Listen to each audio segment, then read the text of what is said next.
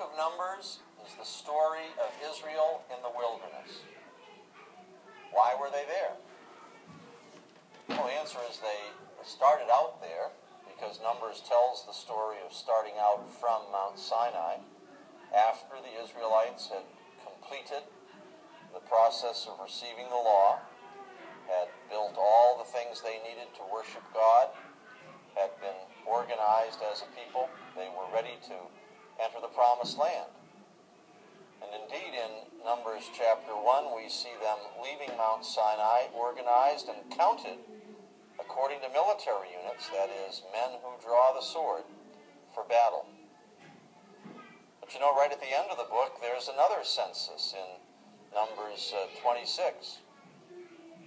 And that indicates that they had to be counted again for battle, because in between a whole new generation had grown up. And the reason for their being a whole new generation was sin, disobedience, lack of faith. The story begins at Sinai. The Israelites leave and head for the promised land. They're going basically to the north. And we find that in the process of traveling, they also are learning more about God's covenant.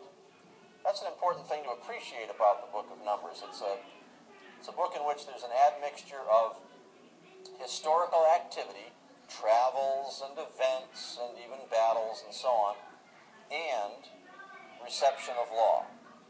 As the people come into new circumstances, God explains laws to them that will help them live within His will in those new circumstances. As they encounter problems that they had difficulty figuring out because they couldn't extrapolate from the principles and paradigms of the law at Sinai, God mercifully explained those laws to them through Moses. So it's a combination of history and law on and off through various chapters. Early on in the 3rd and 4th chapters of the book, we get laws related to the Levites. It's helpful to appreciate the fact that God chose one of the tribes of Israel to be His special ministers. The whole nation was His holy people and His priests, in one sense. But in particular, the tribe of Levi constituted the clergy. It was they who were specially entrusted with keeping His covenant laws and teaching the people the content of those laws and seeing to it that the nation remained pure.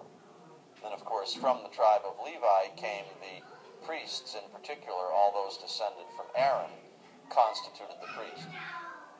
We have in chapters 5 and 6 some laws relating to the elimination of defilement. Again, the kind of thing that is related to the purity of the people and along the lines of some of what was introduced in the book of Leviticus. Also in chapters 5 and 6 there is some teaching to the Israelites about property and the importance of respect for it, about adultery, and also about the taking of vows.